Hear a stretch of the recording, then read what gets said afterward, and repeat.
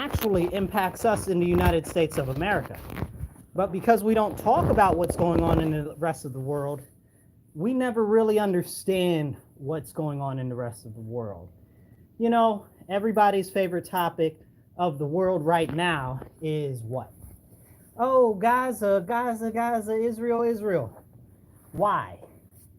There are so much other things that are going on in the world right now that are much more, or if not equally, as important. Now you'll say, well, Marcus, that's very important. I agree. 100% I agree. That is very, very important.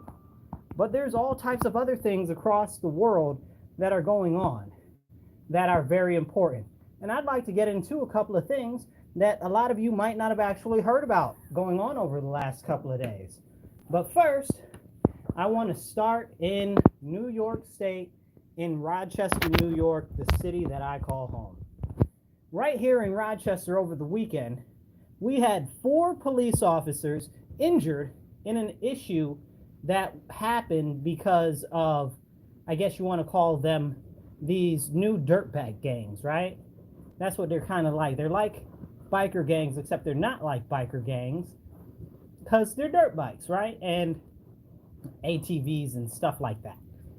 So I guess they were asked to disperse from an area. From what I've got reports of from other individuals that were on the ground in the area and they actually encountered these mass group of individuals, is it was over 60 people, 60 different bikes and stuff like that.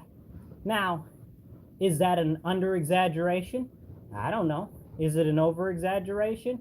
I doubt it. I've seen footage of them over, I guess you would say, what, a couple of blocks from the incident where the police happened. There's a police camera there. Now, that brings me on to the conversation of all of these police and surveillance cameras that are all across our city and our nation right now. I'm not a big fan. If you guys listen to me or you know me, you follow me on Facebook or Twitter or Instagram or whatever, I support the police. I support the Leos. I'm very supportive of law enforcement. But the fact of the matter is, law enforcement is one thing.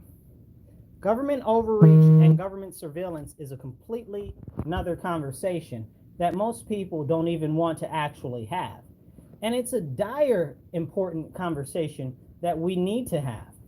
There have been a multitude of very interesting surveillance camera and radio transmitter type devices that have showed up in the city of Rochester where I live and across our county. And as I'm talking to you guys about this, bear with me because I've got to plug this thing in so we can actually get some more stuff online going here also, because the connections weren't all connected the way I would have liked them to be in time for the show. So bear with me as I go through all of this. So as we talk about what's going on with the surveillance system that's becoming, I guess you would say, all too common, no matter where you are in our nation, we have to talk about the actual facts that are going on at this point, which are, is government overreach too serious of an issue for us actually to be, I guess you would say, can we actually afford to not address the issues with government overreach and government surveillance that we're experiencing right now? Now, for me, the answer is absolutely not. We need to be addressing this serious issue at this minute, at this moment, right now, not later. This isn't something that we can address later. This is something that we have to address right now. And as I talk about this situation, I encourage you to actually stand up and to start to engage with your elected officials so that they know how you feel about government surveillance and that you don't really want it particularly in your area or your neck of the woods, because let's face it, the government has enough surveillance on us all the time anyway, and that'll be a key aspect to many people that will say, oh, well, what does it matter if they've got this information on you or that information on you, because they're already monitoring us all the time anyway. What do you mean? Why is that okay? How is that something that's okay? Because they're doing it doesn't make it right, right? Like, you could bop somebody upside their head, punch somebody in the face. Just because you can do it, it doesn't make it right, and it doesn't mean that you should actually be doing that. And that's something I think that we really need to talk about as a nation, because we're not having that conversation whatsoever. And it's a very important conversation to have. But when will we have that conversation? If not now, then when? Every day we see the government is finding new ways to intrude upon our life on a daily basis, and it's very, very serious. Every day we see more different surveillance programs going through the Senate, going through the House of Representatives, going through our local and state government. For instance, in our government, in our state government, right, excuse me, I shouldn't say state, our county government for Monroe County, where I live, one of the representatives just put out a thing talking about, oh, they added $20,000 worth of extra surveillance equipment for, I guess you call them blue light cameras. If you guys are familiar with blue light cameras, you might know what I'm talking about. So there are these cameras that are used for surveillance or whatever of areas to kind of be like, oh, well, these people are messing up in this area. Let's make sure that we're actually recording what's going on, even though nobody ever seems to get prosecuted or anything like that. More so what it really is that it's being used so that people can become more and more familiar with them actually having surveillance in the area, because this is nothing but a testing grounds, a proving grounds where they can start to use this technology on the streets and in the community, so that people actually are more and more familiar with it being used, and then they'll go off and they'll say, oh, well, it doesn't matter that they're doing that because they've already been doing that.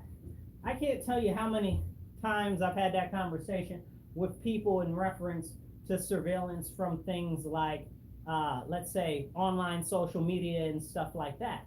It's very, very concerning. They're like, oh, well, they already collect all your data on these other things. It's fine that they collect the data over here because they're already doing it there. No, that doesn't make it okay. It's not okay over there, and it's not okay over here. Can we be clear? So our county spent an extra $20,000 for these cameras at the county ledge, or whatever the case is. That, to me, is a gross overstep as far as the bounds of public-facing surveillance goes. That's a very serious issue for me. But more than that, this stems from them not actually enforcing the laws that we have, because criminals can't be punished anymore for no matter what that they do. This is very serious, and we see in large part it's due to a lot of the issues with, I guess you call them, they disgust me even to think about it. It makes me want to spit. But when you're talking about, I guess you call them criminal justice reforms, right? But they're not really anything that's benefiting the community. They're things that are harming the community. They're things that are like bail reform, which just basically lets them release anybody out of jail, even rapists. And that's not a joke. We had, if you listen to the show, I talked about that a couple weeks ago, where they let a rapist out of jail same day. It's crazy. It's insane. This is what's going on here. Then they've got the raise the age laws, where it's anybody that's under the age of 18 is a juvenile, so basically you can't do anything to them either, and they don't go to jail. It's a whole thing. But we've talked about that before on the show. I'm not going to get into that today, but it goes to the fact that they're putting up these surveillance things because they're saying, oh, we need it because the criminals, because of the people that are doing stuff they have no business doing. Well, then put them in jail. Why aren't you advocating for the policies that are preventing them from being put in jail to be amended so that we can put them in jail like we used to? We've got all of these. I can't even explain to you guys. I went to the county ledge last week. The day after the show from last week, I went to the county ledge and I spoke at the county ledge. But I went there, and now it's on the top floor. There's a bathroom up there. The female is on one side of the building, and I guess, what would you say? It is the building, right? Because it's a square building, right?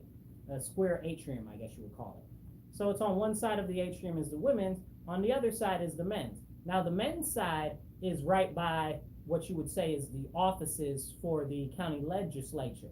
Now, because they've had these crazy anti-American jihadist terrorists in there acting all up, okay, now we, the regular citizens, the people who care about our area, who care about our nation, who are patriotic and who are largely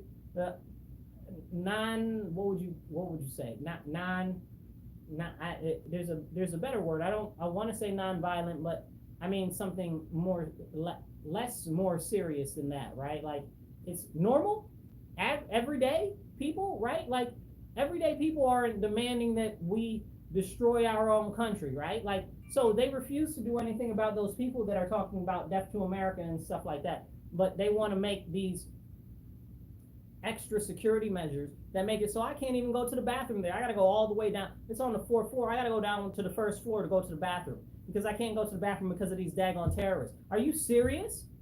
Me? What did I do? I've been telling you to put these clowns in jail for forever. Since the beginning of the start of this. Before it was the start of this, I even warned that this was going to happen. So why am I penalized? Why are the rest of our community members penalized? Because you don't want to discipline these anti-American jihadist terrorists. What's the problem? And then people be like, oh, well, they're pro-Palestinian. They're not pro-Palestinian. Everything that they're doing is detrimental to the Palestinian people. Okay, they're not helping nobody, not a lick of nobody. If anything, they're making it worse because they're people that might consider the issues that are going on there to be serious issues that need to be addressed. They don't even want to address it because we got these crazy people over here talking about death to America, talking about they support them. So we associate those people over there with supporting the death to America people, even though none of those same people like America anyway, and that's a whole separate conversation. But it just so happens that we like to go over and blow people up that live in countries that have sand because the countries with sand tend to have oil. We like to go spread democracy in countries that have oil, right? Oh boy, and I laugh, but I laugh to keep from crying because it's ever so serious. But they don't like us. So they don't like us to begin with. Then we know that they don't like us. We know none of those same countries like us because you turn on the TV, half of them are saying death to America. The other half of them don't want us anywhere near them. Okay? Not that there's a big difference between the two. Then you got these other people over here claiming that they represent these people talking about death to America. Please, all of y'all need to be dumped in the lake. Like, what do you mean? Like, is this for real? So we're getting extra security surveillance precautions. Precautions, I use the term loosely. I'm using quote fingers if you're listening on the radio or listening to it online. Precautions being spread amongst all of the people because of these individual groups. Now, I'm not going to sit here and say that when things happen for certain reasons, the government ends up expanding their powers so that they can get more control and power over the people, as if that's not something that actually happens, because it happens all the time. We saw, if you are old enough to remember, you saw this happen after the Patriot Act. If many of you might even remember the Patriot Act too. Others of you might only remember just a couple weeks ago, maybe about a month ago now, the reauthorization of FISA, okay? Stuff like that. If you don't know the things that I'm talking about, please go look them up. Please look them up. Now, I got to drink some water on that. Drink water, people. Stay hydrated. You know that about 90% of people are actually chronically dehydrated in America? That's a really terrible thing. So stay hydrated.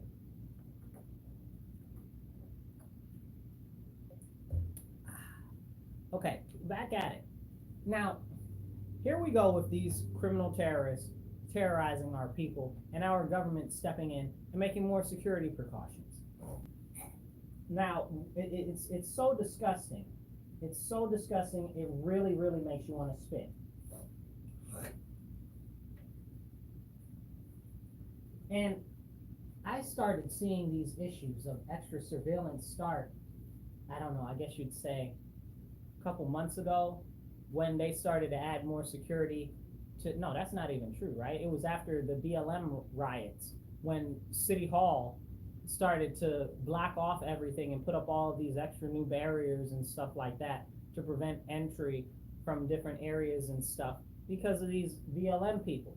So it started back then. Those are the same people that are these people now with the pro-Palestinian. It's all the same people.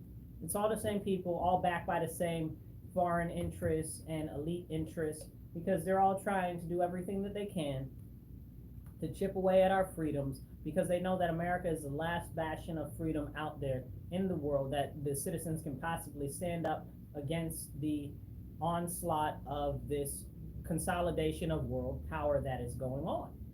But we need to actually get together and stand up against this, because they are trying to strip away our freedoms. They are stripping away our liberties. They are stripping away all of these things. And I'm going to get back to that, but I do want to talk about some international issues. So just so I can make sure we have enough time, let's talk about how there was something in the news that you might not have heard of, because it's happening overseas, you know.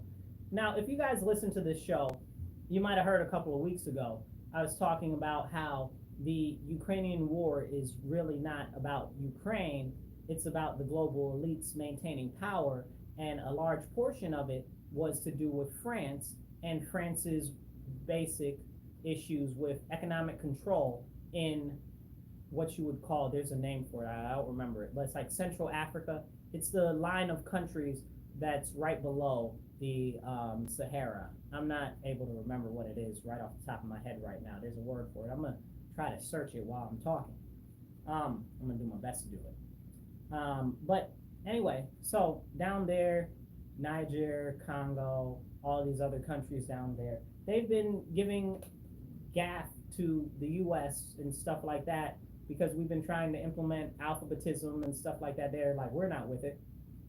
Uganda, which is, I guess you'd say, almost South Africa, not South Africa the nation, but more towards Southern Africa. I don't know if you quite consider it Central Africa. I don't think so. I think it's more Southern Africa. But anyway, East Africa maybe? You consider Uganda? It's weird how they consider stuff down there, but it doesn't matter. Anyway, below the area that I'm actually talking about, they were like, yeah, no, we're not doing any of that alphabetism, you know? And then I saw that, was it Zimbabwe said that we're not doing any of that alphabetism either. And any gay people that are married right now are going to be under house arrest. And if they don't produce a child after 12 months, that they're going to be executed. I laugh because, you know, I read it and I'm like, this has to be satire, right? And I'm not so sure. I'm not so sure. And that goes back to a whole conversation that's much larger on the sanctity of marriage. What does marriage mean? Is there even any value in marriage anymore? Because the concept of marriage is that you get married so that you can create a family, right? So that you can have kids and stuff like that. And we know that if you're homosexual, you are you like to be sexually intimate, or you're sexually attracted, or however you write, like, because there's all these types of different concepts of homosexuality, whatever it is. It's too complicated and vast. We can't even have simply gay people anymore, because that's the way that the world is. It's so wicked. It's crazy. But anyway, the concept is that if you're gay, basically you have sex with the members of the same sex. So you can't actually produce offspring, right? But you're supposed to get married, and the intention behind that is so you have a partner to produce offspring. So when they're like, well, if you're married, what's the point in you being married if you're gay? Because you can't produce offspring. I'm like, I don't know what to tell you. I can't help you there. I still remember when they just wanted civil unions. I remember that. That was the thing. They were like, we want civil unions. Civil unions will allow us to be identified as having a partner, blah, blah, blah, blah. And people were like, no, don't let them have civil unions, because if you let them have civil unions, then they'll want to get married. And they're like, no, we don't want to get married, we just want civil unions. That was a lie. That was a lie. Then they wanted to get married. Then they wanted to be animals. And they wanted to have two spirits. And then they wanted to genitally mutilate children. All of the things that we were told were never going to happen have happened. Okay? They wanted to make it so that people can go out and identify as a man, even if they are very clearly a woman, that if they're a man, they can go into women's dressing rooms because they can identify as a woman or whatever the case is and scare and terrify women. And we've had many cases of rape because of that. And that's a whole separate conversation. But the point is, taking it back, is when we have words mean things, and the words that we have continued to be watered down, and African countries aren't going for that. So that's the issue with us, because the United States has been trying to fund this type. It's happened in South America too, which is a conversation for a whole separate episode. Very worth talking about, because it's very interesting down there, especially since Peru, they just said that anybody that is a man that calls himself a woman, or a woman that calls himself a man, anybody that's transgender, it's actually a mental illness.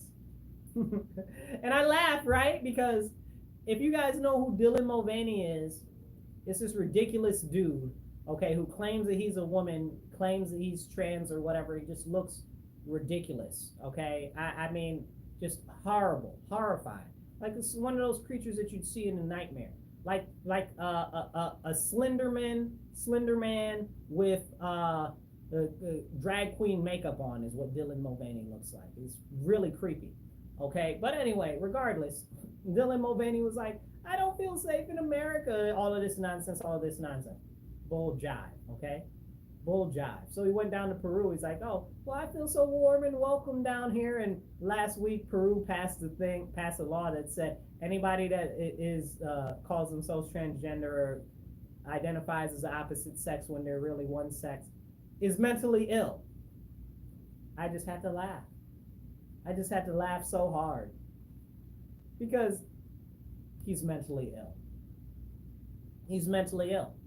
And many of these people who try to force you to accept their psychosis want you to play in on their fantasies and their distorted reality that they're trying to live in. And I, for one, will not be a part of their psychosis. They are mentally ill. Okay, that's a very serious thing.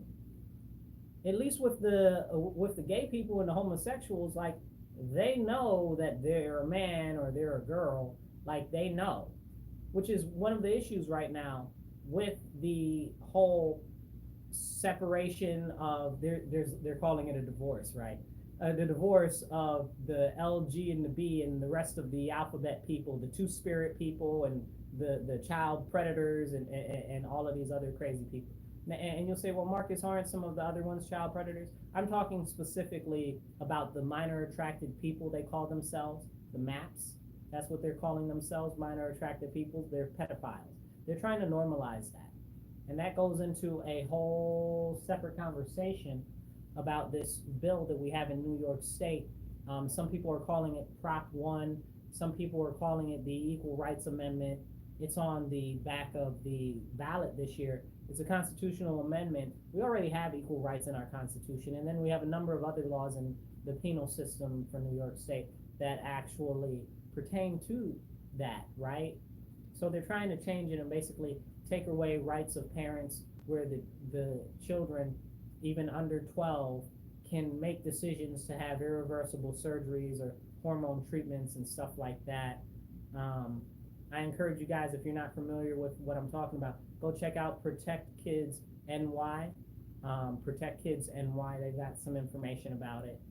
I'm not advertising for them, but I kind of am letting you guys know that there is a group out there that's actually working on this. Like, they didn't pay me to say that or anything. However, if you are listening and you want to pay me, okay, put some dollars in my pocket, I could use them. Thank you very much. No, I'm joking, but I'm serious also at the same time. And if you guys want to sponsor the show, definitely reach out to me. You guys can hit me on Twitter, Facebook, YouTube, Rumble. You can find me, reach out. We'd love to get some of you guys to sponsor the show. Reach out, we got you. So, but back to the conversation with the ERA, it's also got these other things that basically, it says that you can't discriminate against age. Now, as we know in New York State, we discriminate against age all the time, because if you're under 18, you can't smoke. Actually, it's what, 25 now. I think they changed it. 25. You can't smoke unless you're 25. 21 is the drinking age. You know, you can't own a firearm until you're 21 now. All of these things that they discriminate on age. But we also have statutory laws, right? Like if you're 16 and you're dating an 18-year-old, like you can't have intercourse or anything like that because you're outside of the bounds of what would be considered statutory, even if it's a consensual relationship, okay? But this amendment to the bill would actually get rid of that concept because you can't discriminate on age, and it would basically say that anybody of any age can consent to anything. So that's a very terrifying premise as well. Not to mention, like this law that they're trying to put in the Constitution for the state of New York is terrible. I'm not even able to adequately, like, there are workshops on this that are like an hour long that you could really learn a lot of stuff on. Matter of fact, I believe that if you go to Protect NY, Protect Kids NY, or is it NY? Protect Kids NY, and you go to their website, they have live stream workshops every week. Once a week they have webinars, and I believe it's Tuesday at 6. So go on to search their website, Protect Kids NY, and see if you guys can catch the live stream, or if you're watching this as a replay, catch it whenever the next Tuesday is. They're going to be doing it every Tuesday. So that's important, something to keep a note of. But as we come up on the hour here, we're going to continue the show in a second, but I just want to take a brief second and say you're listening to The Divide on WRFZ 106.3 Rochester Free Radio. And this is The Divide with Marcus C. Williams. Thank you guys for listening. And if you're listening to us on the air over the radio waves, make sure you tell your friends and family every Monday at 2:30 to 4. Listen to The Divide on WRFZ 106.3. And if you guys would like to advertise with the show, please reach out to me. I am easy to connect to. You can find me on Rumble or on YouTube, the Marcus C. Williams channel, and you guys can find me on Facebook, Marcus C. Williams. Just search me, you'll find me. You can find me on Instagram and on Twitter. It's at Marcus, the digit 4 ROC. That's Marcus, the number 4 ROC. Find me, reach out. Let's do some advertising. Let's get you out there on the air. And remember, this not only streams live on the radio, it also goes on YouTube, Rumble, Facebook, and Twitter. So lots of venues. So definitely reach out. And if you guys are watching us online, make sure you're liking and subscribing. Like and subscribe. We got a lot of people that watch, but I need you to subscribe and like, and definitely share with other people also. And let them know that they should put an ear in so that they can listen to hear what's going on. Now let's get right back into it. Check out Protect Kids NY, okay? Because you guys need to be informed about what's going on. Even if you're not in New York State and you're listening to this right now, please check them out. Because if they're doing it here, it's coming to your neck of the woods sooner rather than later, okay? And just pray for us that this constitutional amendment fails. Because if it goes through, it's going to be a whole bunch of hecticness, and you won't even be able to talk about Jesus or the Bible either. So that's coming. That's part of this whole nonsense. I'm telling you, this law is like, it's a leftist, communist, censorship wish list. It's, and I laugh to keep from crying. It's terrible. It's so disgusting. It makes you want to spit.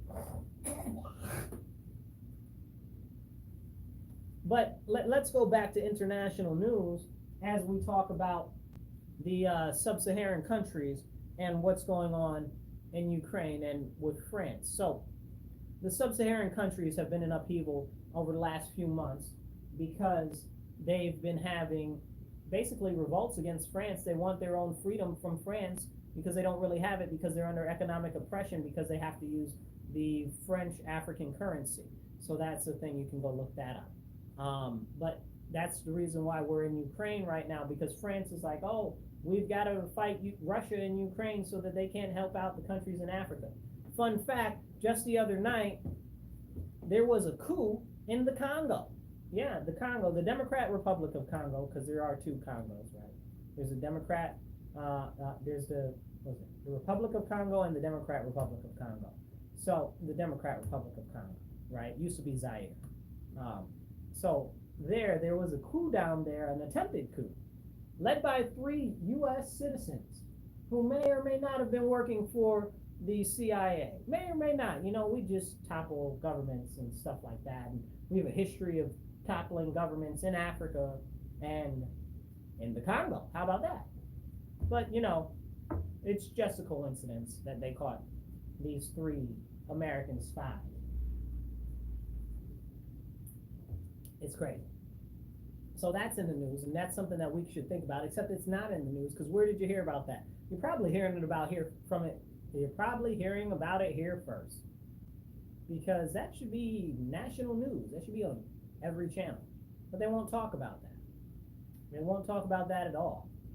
They won't talk about what's going on in the other countries over there, how they pushed us out of Niger and stuff like that. They pushed the U.S. and the French out of Niger and other countries because the French and the United States government have been talking about they're going to overthrow the countries over there if they don't stick with the French currency over there. It's crazy. It's insane what's really going on over there. It's really insane, and I encourage you guys to look and do a deep dive into it.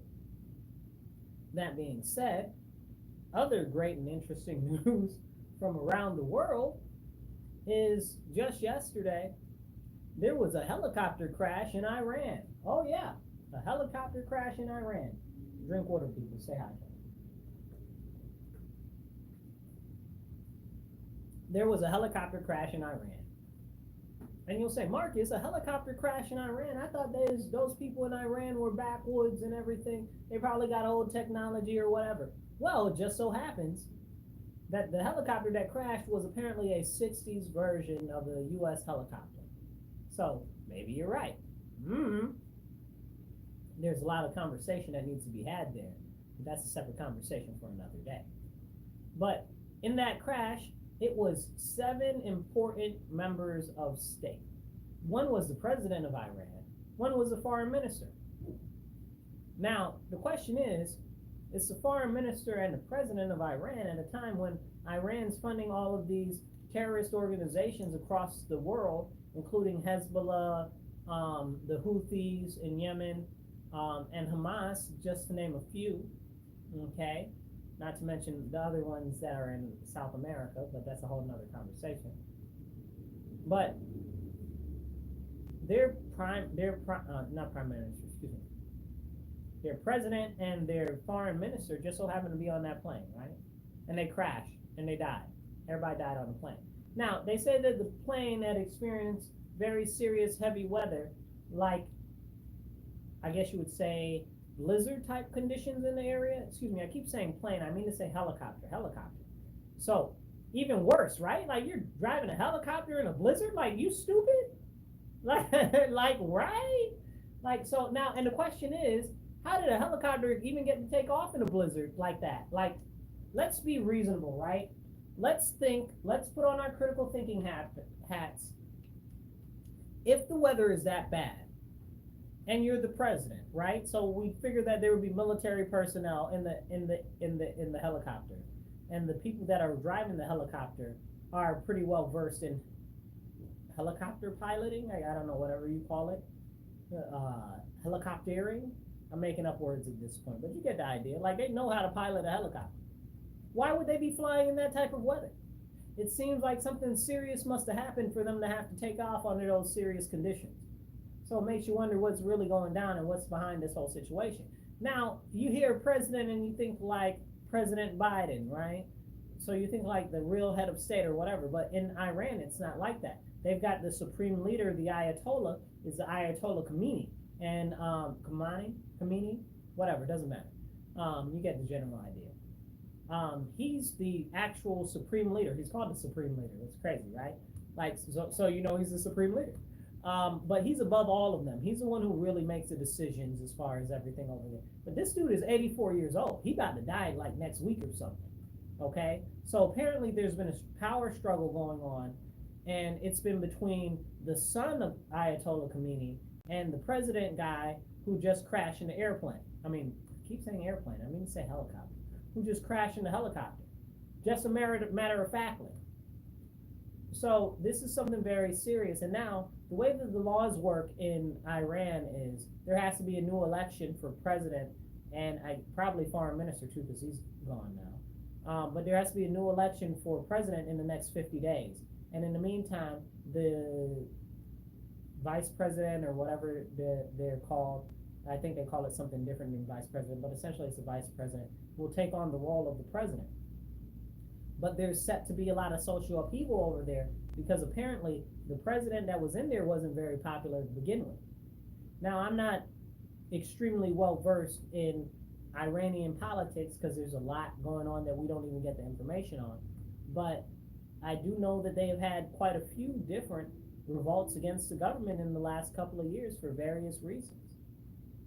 So people being dissatisfied is something that we understand.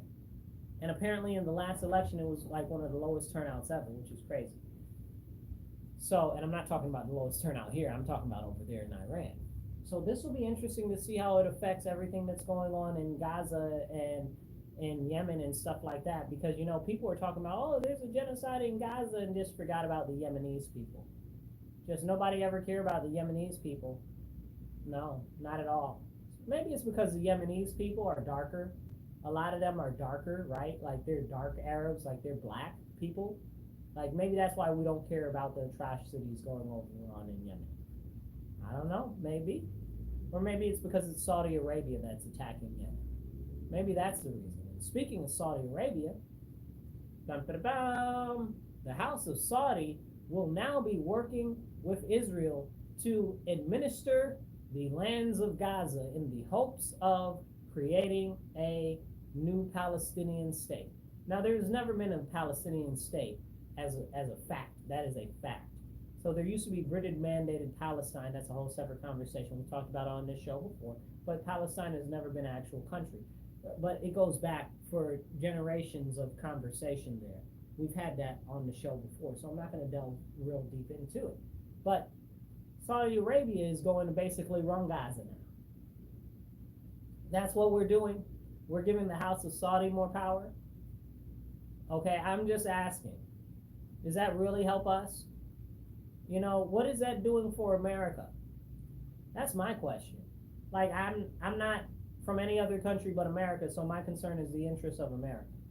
How does Saudi Arabia running Gaza, which we know that there are oil fields and stuff in there, just happens that Saudi Arabia has a heavy interest in oil and stuff like that, and there's oil that's been found offshore of Gaza and stuff like that, and people say, oh, well, they don't know that those deposits are actually able to be workable or whatever the case is. I'm not trying to hear none of that. I'm not trying to hear none of that.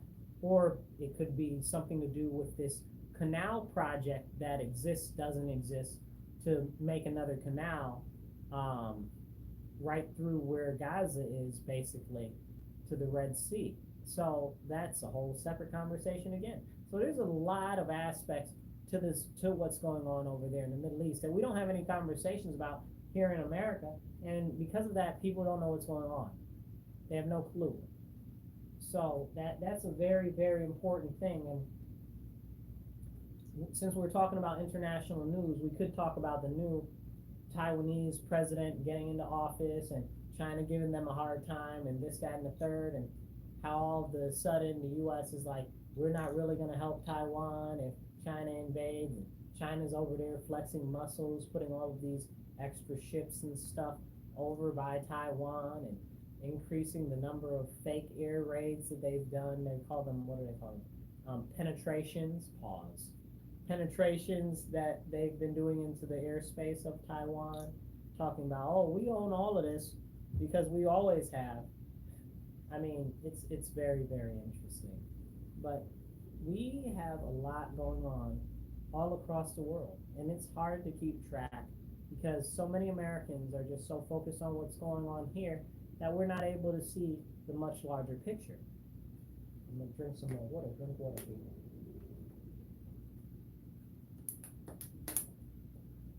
But people are not able to see what's going on. Biden, I guess I should say. Biden just added more tariffs on China for their cars and steel. I didn't even really realize that China made steel like that. Like I knew they made steel, but I didn't really know that they made steel like that. I always think steel is U.S. Japanese. You know, it used to be German, but you know that's a whole separate conversation with Germany. Also, Germany's acting up, but that's a whole nother conversation for a different episode. Anyway, interesting fun fact: with these tariffs, is it going to actually help us now that China's moved a whole bunch of their manufacturing to Mexico? China's taking over Mexico, people. Like, that's not, I'm not even joking. China's taking over Mexico. They're taking over the Mexican government.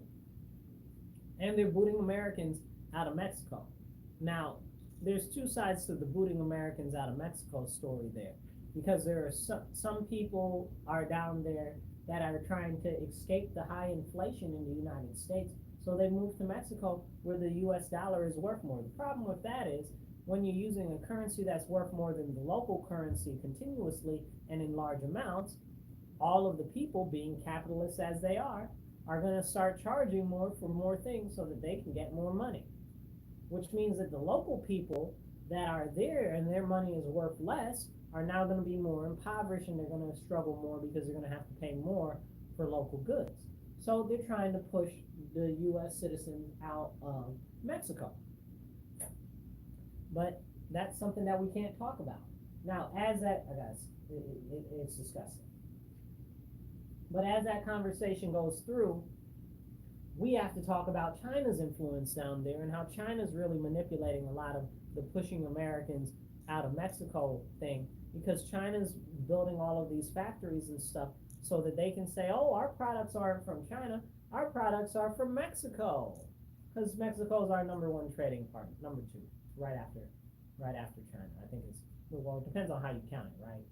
Like the bigger deficit is with China, so technically they'd be our bigger trading partner, but you know, it's worth having a conversation about, really, because it's going to impact the cost of goods. But we can't talk about the cost of goods because nobody really wants to have an honest conversation about the inflation. And I'd love to have an honest conversation about inflation. Can we ever actually do that? No, because our government says that they care about the people, but the concept that the government has is that they want to put out more programs and social welfare and stuff like that, which is only going to increase inflation because it's going to increase taxes. Like, it's like these people don't know basic economics. Like, I don't expect them to be a Mises economics person or a Keynesian economics person or any of the other well-known people as far as economics goes, but basic economics, you don't even need to really know anything, is that if you take more money out of people's pockets, there's going to be less money. And if the government wants to spend money, that comes from our taxes. So if the government's talking about they're going to spend more money, that means that they're going to have to raise taxes. Because we, unlike Saudi Arabia, or unlike the UAE, or unlike Qatar, or unlike any of these other very serious countries, we don't have a sovereign wealth fund. We don't. We kind of did. It was called Social Security, the Social Security Fund, but they've been basically run the Social Security Trust dry since Obama was in office. So we don't even have that, which is a whole separate concern and conversations that's desperately needed about Social Security. Because it's not going to be there probably most likely by the time I get old enough, especially with the decline in population, which is crazy because they keep telling you to kill your babies, which is beyond me. You want to kill babies when we're in population decline and we know how bad that impacts the economy and stuff like that. It's because the people at the top don't care about you as an individual, but you matter to me. What they care about is they know that they can increase efficiency and still provide the goods and services that they need for themselves, largely with AI and machines, and with a little bit of help from low-paid, low-skilled workers. But that's a conversation that we can't really have because people don't want to have it or haven't even thought about it, really, because it's really serious and it's really complex. And until we start having those type of conversations in this nation, we'll never really know or understand what's going on. Now, let's get back to what's going on in the U.S. Man, this guy, this guy, Joe Biden, bro. Joseph Robinette Biden. I have a friend. His name is Joe. He likes to call him Joseph Robinette Biden every time he talks about him. He says his whole name. Joseph Robinette Biden. He also does the same thing with Chuck Schumer. He's like, Charles Ellis Schumer. You know, I'm not able to stand either of these fools. Schumer or who is my state senator, don't get me started. And again, it goes back to policies. Like, I can't even, like, oh, he's a Democrat. I don't care. I can't care. I care about the policies. The policies are horrible. They're impacting me bad. They're impacting my community bad. They're impacting the people in my neighborhood, in my city, in my county, in my state bad. And people are just like, oh, well, they're one party. Oh, well, they're another party. No, I care about the policies that they're pushing out there, especially from these people in office. It's important to hold these people accountable for what they're doing while they're in office. You need to not just worry about when you're voting. You need to be finding out what these people are voting on, and more than just that, you need to be finding out what the bills are that these people are putting forward, that they're sponsoring. Some of it's insane. So, but I'm not going to harp on Chuck Schumer. I'm going to go back and talk about Joe Biden. So Joe Biden, and I'm not even going to talk about him, you know, somebody, wow, I'm going to talk about you, whatever. No, these are real things, right? Like, I'm not pulling this out of my nose here. Okay, so Joe Biden is doing really bad in a lot of the polls all across the country. Right now, it seems that Trump is going to sweep the whole electoral college in most of the states. So that would be crazy. Like, nobody will win as big as, it'll be the win as big as Nixon when Nixon won all 50 states, which is a whole nother conversation that we can't have because Nixon's supposed to be so horribly terrible also. And when you start to realize and research him more, you realize that he wasn't as bad as they tried to make you believe, you know. But that's a whole separate conversation. And, you know, we do put a lot of extra stress on the president, even though the president has a lot less powers. So that's a whole, but again, that's a whole separate conversation. Joe Biden running for election. So he's falling in the polls all over the place, especially with young black men and black men in general. So he decided that he wanted to go to a historically black college, Morehouse University. Okay. So he wants to be all in the South and all in Georgia and Atlanta and stuff like that. So he goes to Morehouse University, a historically black college, so he can be around all these black folk. Okay. Now, there is a conversation here of how many of those black people are actually black Americans, which is a whole separate conversation that at some point we need to have because delineation is needed, okay? Because everybody that looks dark-skinned ain't black American, and y'all need to stop talking about them like they are. You got these Africans and these Caribbeans and these people from other countries and stuff like that. They are not black, and they'll be quick to tell you because black implies black American. Black of slave descent, okay? That's what it implies. We are completely different than they are. Different culture, different people, different origin, okay? Most black Americans aren't even from Africa, okay? Well, most of us didn't come here from triangle trade and the slave trade, like they said. We've been from here, okay? We are indigenous people, okay? If you look at the documents from our country's archives and stuff like that, for the descriptions of the American Indians that are up and down the coast, like in places like Georgia and Florida and Louisiana.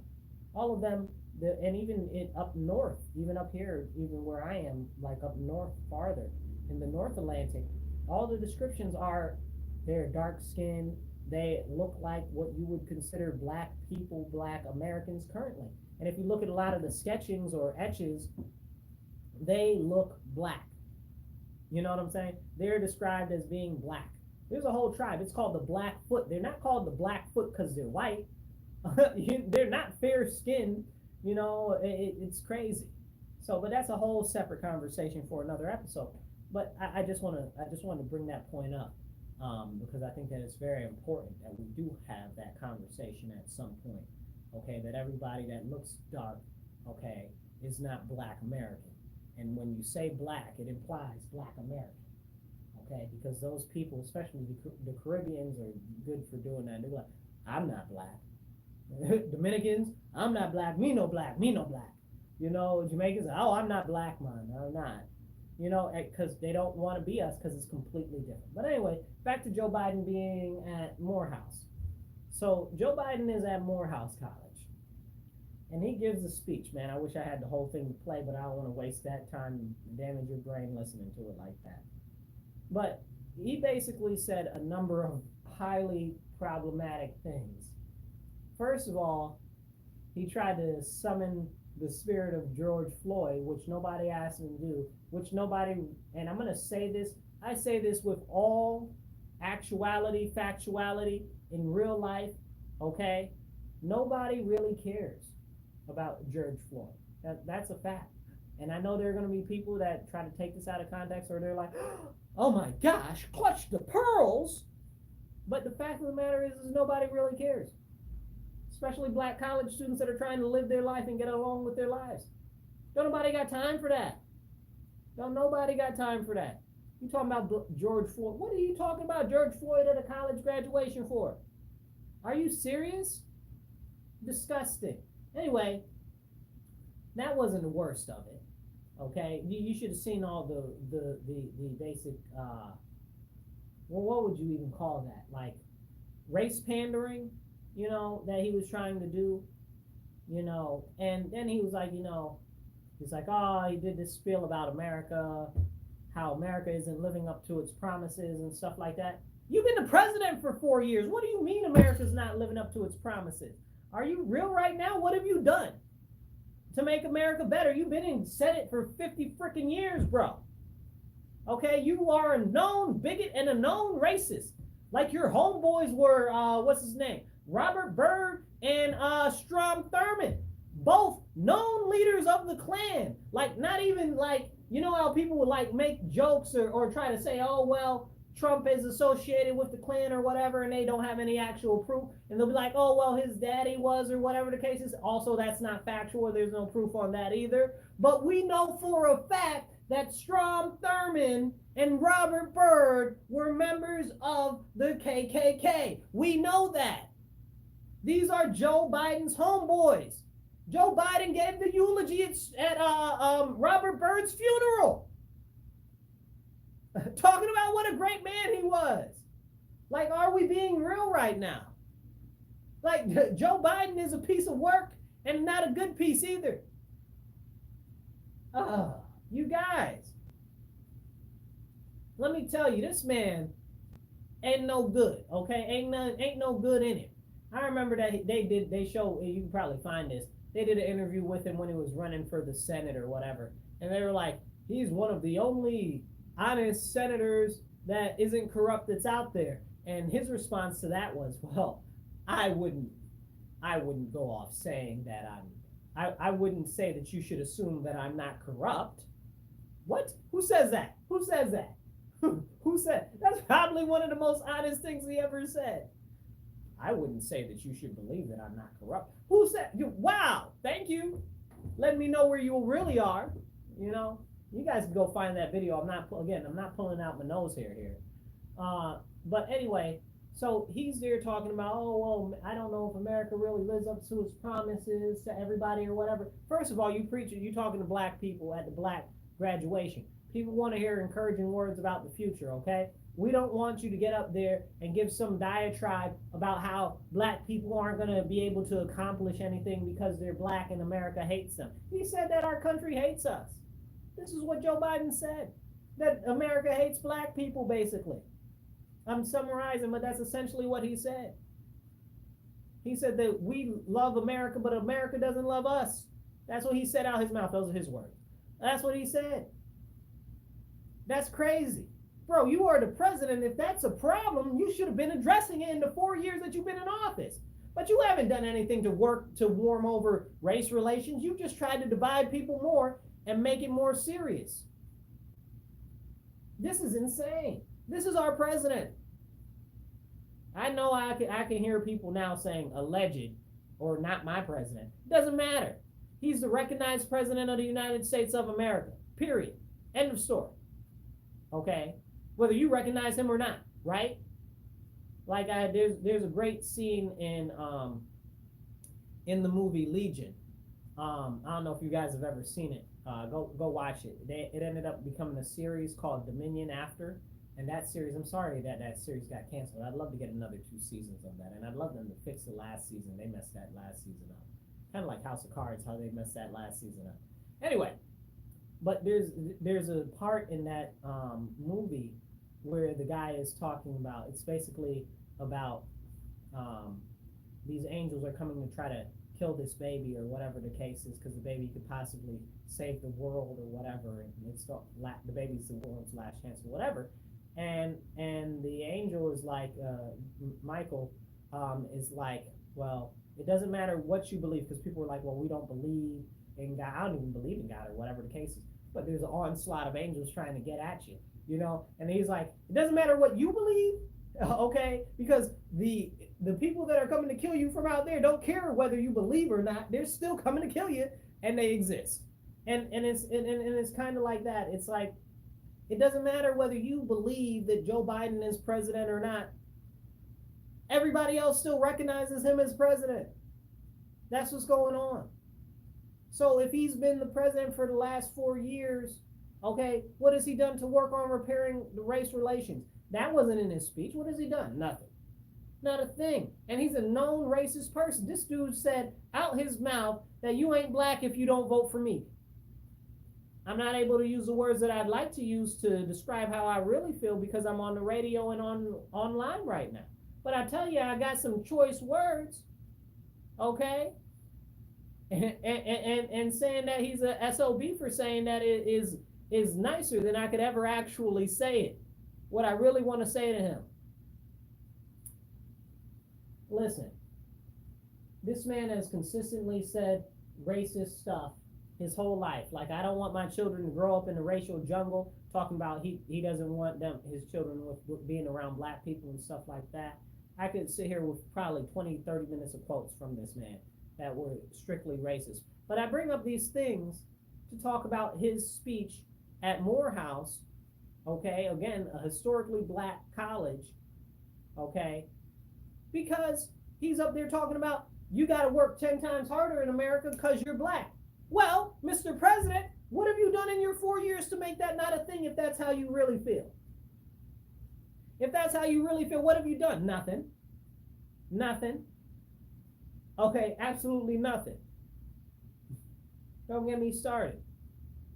But in your whole administration, everything that you've done is for alphabet people and trans people and all of these people and all of those people and even illegal aliens. And the illegal aliens are taking away the resources from the black community at large, and the Puerto Ricans, but from the black community at large. And you're talking about, oh, well, black people love America, but America doesn't love us. Big difference right there, brother. Big difference. Big difference. If we love America and America doesn't love us, you are the head of America. You should be doing something about that. And the big difference is, whereas he does not do anything for black Americans, he does it for alphabet people. He does it for trans people. Okay? Well, where is it for black people? I don't know. Somebody tell me. Show me. Where is it? It doesn't exist. And you know it doesn't exist. He plays in our face, and then they give us, some Kamala Harris, okay? And again, I'm tired of these people that are dark-skinned, and they play in our face like they cosplay like they're black. That is very disrespectful. She ain't black. She's Jamaican and Indian. Come on now, don't play in my face. The only way she could be further away from being a black American is if she was white Caucasian from the Caucasus Mountains, which technically the Caucasus Mountains are more like Arabic type, Persian type people. I guess maybe if she was like nope, Greco-Roman is even too black for her. Like, she'd have to be like Irish to be less black. She's Indian and Jamaican. She ain't got a lick of black American in her. Stop playing in my face. These people are so disrespectful to black Americans, and people just let them get away with it. Man, please. It's disgusting. Makes you want to spit. And to that note, man, I'm going to tell you this right now. If we are going to move forward, now I'm a black American. I have traditional values. I grew up in the church. I believe in family. I believe in faith. I believe in freedom, which is what most black people believe in. Okay? Most black people are not these crazy people that you see on the universities that are all confused about who they are or what their gender is. Okay? That is a very small subsect. Okay? There are more crazy white people like that than there are black people. Okay? It's just we're not about that life. But they're trying to force that life on us. They're trying to force those lifestyles on us, on our people, because they don't want us to be strong in the family and in faith. Because they know that if we have a strong family nucleus, that it'll be difficult to break us up. And if we have a strong head of household or strong male leading us, that will be more difficult to mislead. So where we need to make a difference in America right now is we need more Republican engagement. And that goes to you. If you're a Republican or if you're conservative, okay, in your leanings as far as being a political person, you need to be doing more engagement with black folks politically, okay? Because we need to get more black people into the Republican Party. The Republican Party has traditionally been the party of black people. That didn't change until like the 1960s, Lyndon B. Johnson, with that whole thing with the Great Society Project and the deindustrialization of city centers and the splitting up of the family and the disempowerment of the black church with the tax statuses being changed and all of that.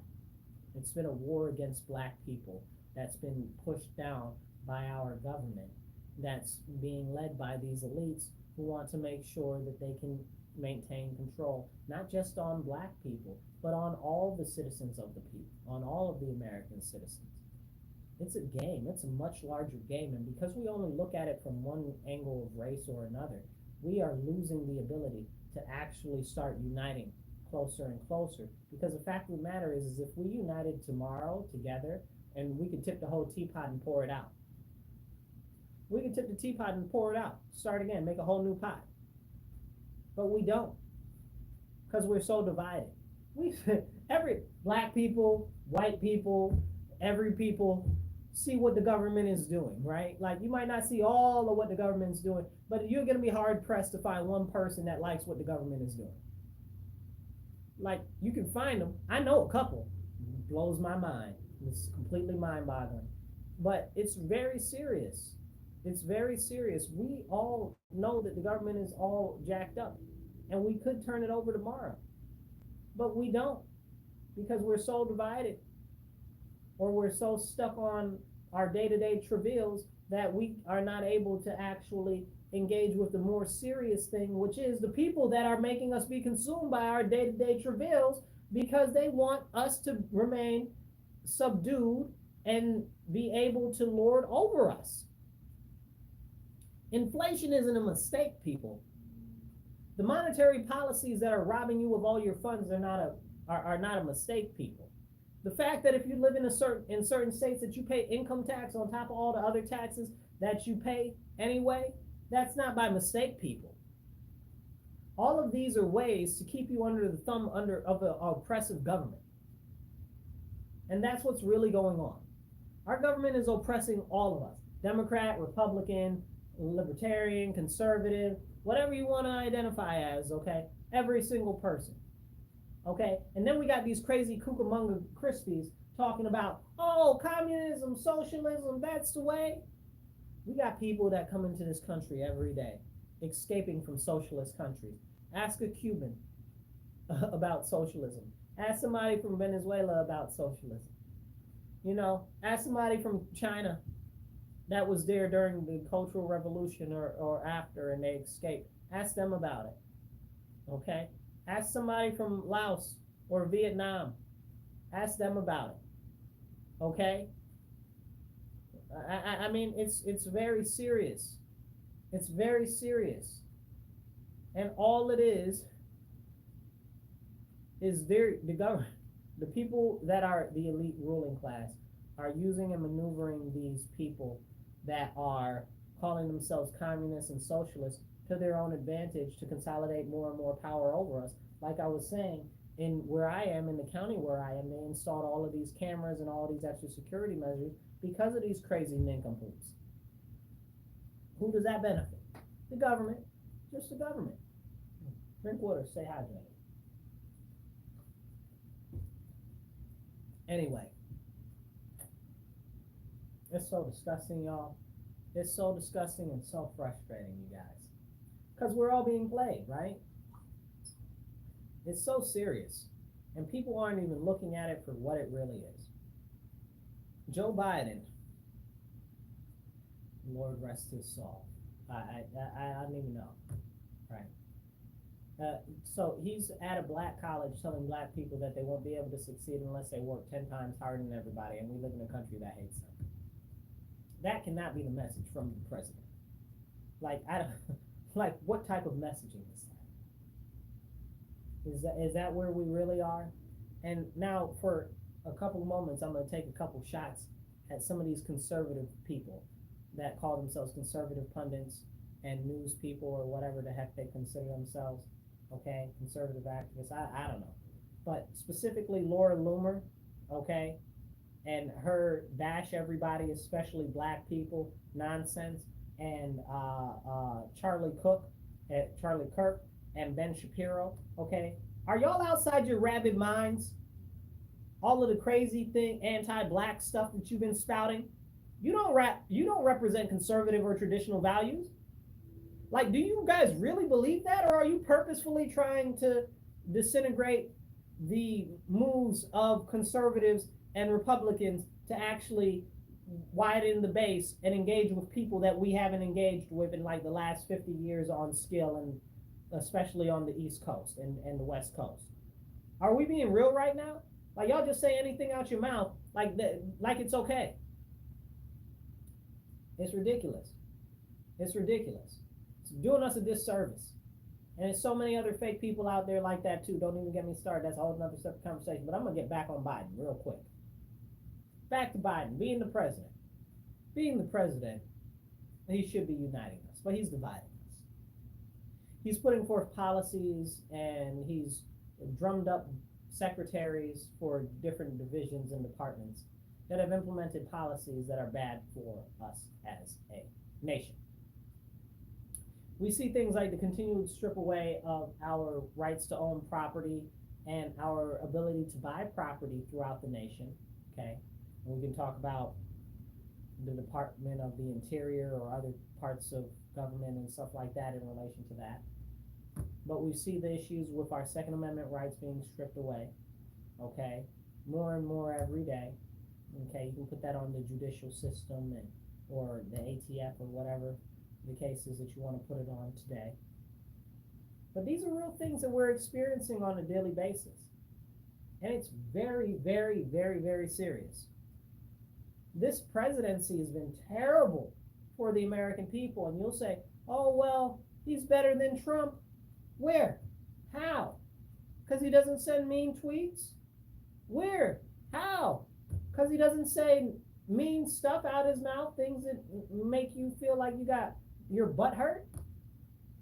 I listen to almost everything that Joe Biden says. It's some of the stuff that he just says is just ridiculous. It's just ridiculous. And y'all talk, oh my gosh. I just can't even. But don't even get me started on the situation that all that we have as far as people that are running for president this year are Trump and are Biden. Because that's a whole separate conversation, right? Like, Trump was the previous president, so it makes sense that he'd run for president again. Okay, check. That makes sense, right?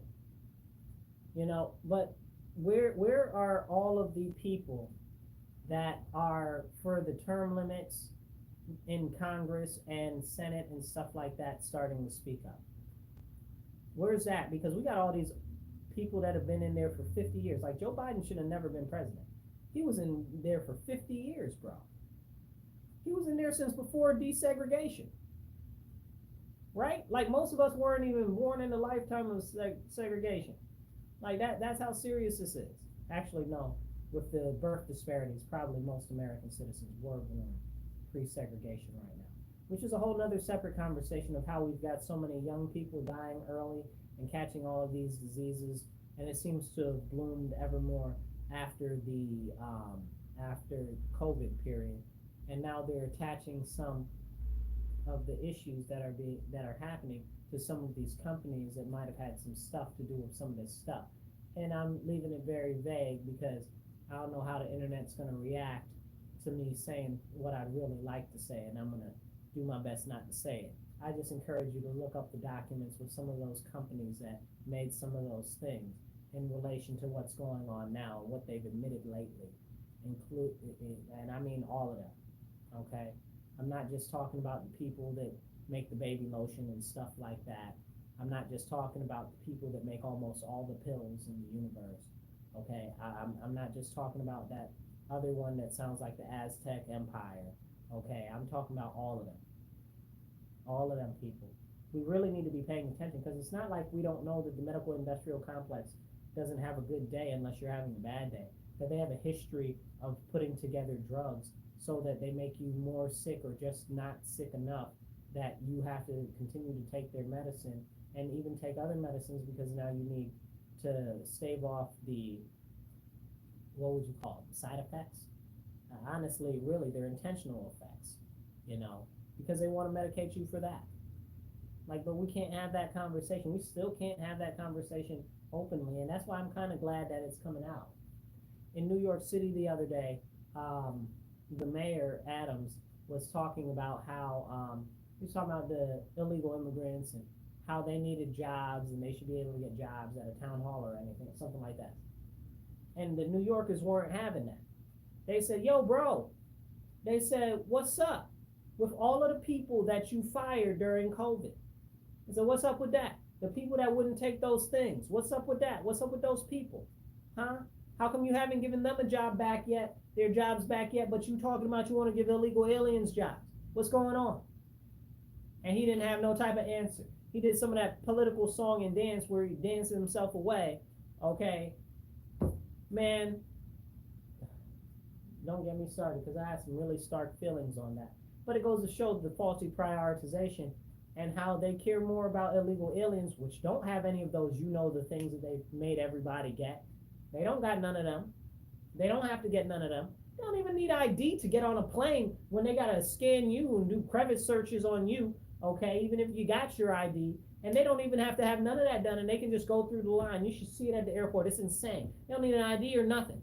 They don't even need to have their picture taken when they got a facial scan you at the airport. Ooh, wow, boy. I was having a feeling. I was having a whole feeling. I had to take a second and set myself back a second because I was having a whole feeling about that. Because I got some stuff to say. I don't travel very often, but lately I've taken the plane to more than a couple of places, and it's been a very serious issue. And I've seen the signs that say that these illegal aliens, they got signs in the airport, bro, that says that they don't need to have a picture ID, that they don't need to have their picture taken, and if they don't want their picture taken, they can deny to have their picture taken, but they want to do a face scan on me. Are you serious? I don't want you having all my biometric information and stuff like that. I don't like it, and I don't trust you. And the TSA ain't nothing but nothing. Okay, don't get me started on them and Homeland Security and the uselessness that all of them are. That's why we got all these other alphabet agencies. We don't need you to. Don't get me started, y'all. We got like 50 million alphabet agencies. So many I couldn't even think of them. I could probably think of 12 or 15. We've got like 50. You know what I'm saying? There's no need for Homeland Security. There's no need for the TSA and all this nonsense. Some of you might remember before the TSA. Heck, some of you might remember just getting on the plane on the tarmac, okay, coming on with whatever. Shoot. I remember when you didn't have to pay for checked bags. Can we go back to that? Can we go back to that? And I want to bring my water in. I want to bring my water in. Let me bring my water in. You know, it's just so crazy. It's just so crazy. But as we start to get towards the end of the show, I got a couple more things I want to talk about. But I do encourage you, if you guys are listening to us on Rochester Free Radio, WRFZ, what did I say? WRFZ, yep, 106.3. Definitely let other people know. Say, hey, there's this great show. It's called The Divide. It's on Mondays at 2:30 to 4 p.m. Check them out. If you guys are watching at home or listening at home on YouTube, Rumble, Facebook, wherever you are, okay, definitely share it with other people. Tell other people. Say, hey, watch this show. Listen to the show. It's every Monday. Tune in. If you guys are out there and you guys want to sponsor the show or whatever, definitely reach out to me. You find me online, Marcus C. Williams. I'm not hard to find online. You find me on Twitter, Facebook, Instagram. I'm on pretty much everything except Truth Social. I have a Truth Social account. I just don't use it like that for various reasons. But I don't really know how to work Truth Social, to tell you guys the truth. Like, I have a general concept, but I don't know how to gain more followers on Truth Social, and I've been working on building the other social platforms up. You remember Parler? Like, Parler used to be really good, and then the government shut them down because they didn't like the fact that they were allowing people to speak freely. That's a whole problem. We need to talk about that at some point. And I don't use Gab either. I don't know. I just never got into Gab. But anyway, I'm not hard to find online. Reach out. Shout out if you want to do a sponsorship or a partnership or something like that. Be happy to hear you out on it and make something happen. But definitely let everybody know. Share the show, like, subscribe, and share. Definitely. It always helps out. Every little bit helps. Let people know. Get the word out. So back to this scheduled program. All right. So I want to take this time, as we've got a couple of minutes left, to encourage you to get more involved. Find out what's going on. Search more international politics so you know what's going on internationally. Because I really could do a whole show of what's going on in Pakistan. That's crazy. Just look it up. Look up what's going on in Pakistan with Pakistani politics. It's insane.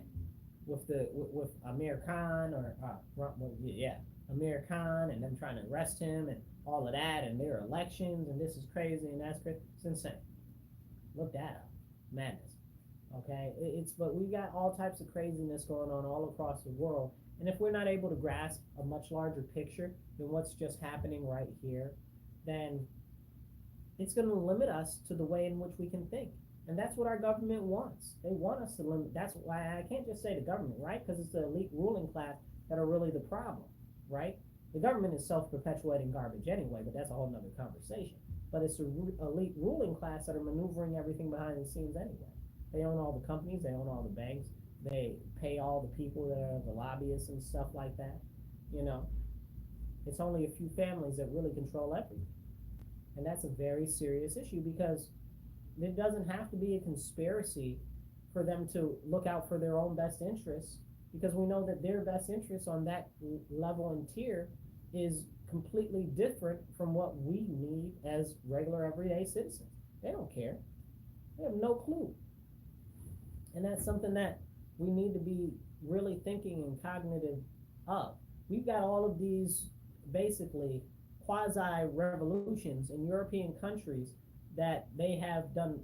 Tens of thousands of people, hundreds of thousands of people have come out in protest of the governments and stuff like that against what they're doing to the farmers, trying to curb the amount of cows and sheep and stuff that they can do, trying to increase the cost for fertilizer and stuff like that. And they won, bro. Like, they won in a lot of these countries. Like, they got to beat back those laws. And by beating back those laws, they made a big difference. But you wouldn't hear that anywhere on any of the news stations here in the U.S. They didn't show any of those riots or anything, those uprisings over there or any of that. They didn't show it because they didn't want to give you a good idea. Because they know that if we got a good idea like that over here, we'd be in the streets right now over this stuff. You know that they're trying to get our cows, bro. Which brings me to my last point that I want to talk about before we end this show, you guys. So go look up what they're trying to do to the cows in Michigan. So that's part of what they're trying to do because of this new influenza, which is it's not new, right? It's the avian flu. And we talked about this, I want to say it was last week's episode, maybe the week before. We talked a little bit about this. But the avian flu, they've got it, they modernized it, or I guess you'd say weaponized it even, made it more transmissible is how you say it.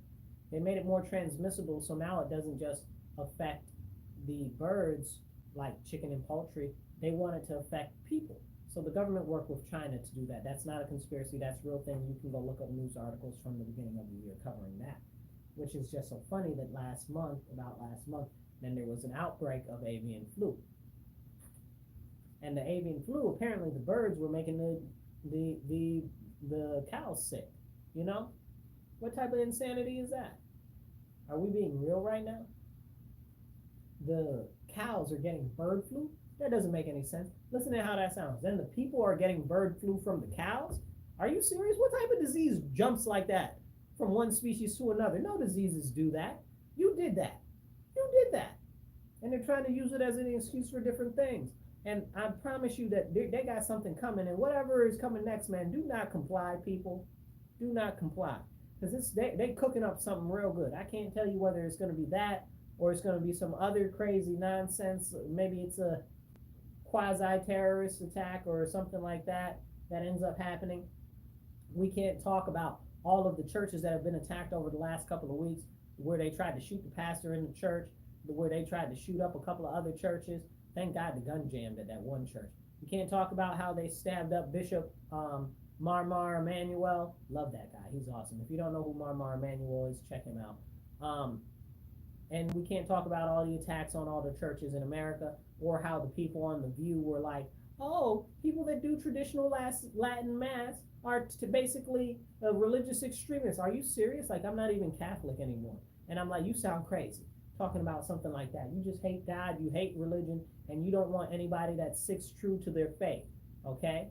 You know, like, it's crazy. Don't get me started, because that's not the point that I wanted to make as we're closing. But the point, well, it is. I did want to make that point. But the final thing, and I want you guys to think about this and take this with you. Eminem. Vanilla Ice. Oh boy. Okay, don't be mad at me, guys. Okay, Vanilla Ice got off of a plane from Dubai. I want to say it was yesterday, or maybe it was today. Yeah, it was yesterday. Got off of a plane from Dubai in New York. Okay, in New York City. And there were about 500 and something people on the plane.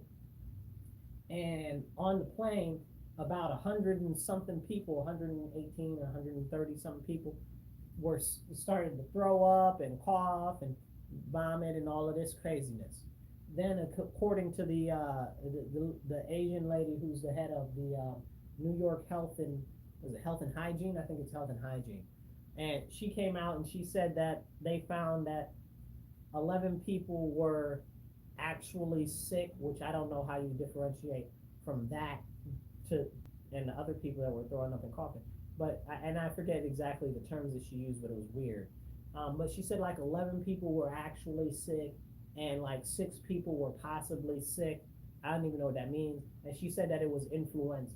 Y'all be on the lookout, man. All of this fake flu stuff, and I'm not saying that it's fake, like it's not real. I'm talking about they're weaponizing the flu. COVID, that was the flu. Okay, if you look it up, the flu is COVID. It's the same thing as the coronavirus. Okay, guys, they are using biological warfare against the American people. Okay, they are testing and they are doing these things so that they can try to quell our population. We already know that they want population control because it behooves them and it's in their best interest, because the less people, the easier it is to control them. That's why they're trying to make it so we can't have any food, so that they can get rid of the beef. As a matter of fact, speaking about the beef again, Mayor Eric Adams, I want to say it was Thursday or Friday, said, oh, we're cutting back on the amount of meat that's able to come into the city because there is a large issue with the meat actually creating more emissions and causing global warming. What on earth is he talking about? If you know anything about anything, we know that monocrop agriculture creates more emissions than cow farming does. So that's a whole separate conversation, but nobody wants to talk about that, and it's way more detrimental to the environment, but that's how they get all these vegan stuff and things like that. Monocrop agriculture, and all of the things that are made that are called plant-based, they're not plant-based. They're not like organically based. they're actually based from plants, in like manufacturing plants. That's what they mean when they say plant-based. So that's a whole nother separate conversation. But this man is out here talking about, oh, we got to get rid of the meat because the majority. First of all, you ain't even got no cows. There haven't been any cows on Manhattan Island since, I don't know, what, 50, 60 years, maybe? Probably more. Easy, because wow, really? It's only 2024? Yeah, probably like almost 100 years? When was the last cow that they had in New York City for like beef production? Come on now, stop playing in my face. So you're talking about cutting down the intake of beef and chicken and poultry and stuff like that in the city because they need to have less meat. Come on now, stop playing in our face. Listen, people, you gotta wake up, you gotta stand up, and you gotta speak up, okay? And you gotta stand on it, because if you don't, we're gonna lose everything. As everything is slowly being taken away from us, we must encourage others to stand. Nobody is coming to save us. Nobody is coming to save us. We are the ones who must save ourselves. So I encourage you all, encourage somebody else, encourage a lot of other people. Tell them, stand up, speak up, and don't shut up. Take action. I'll catch you guys later next week. Be blessed and be well.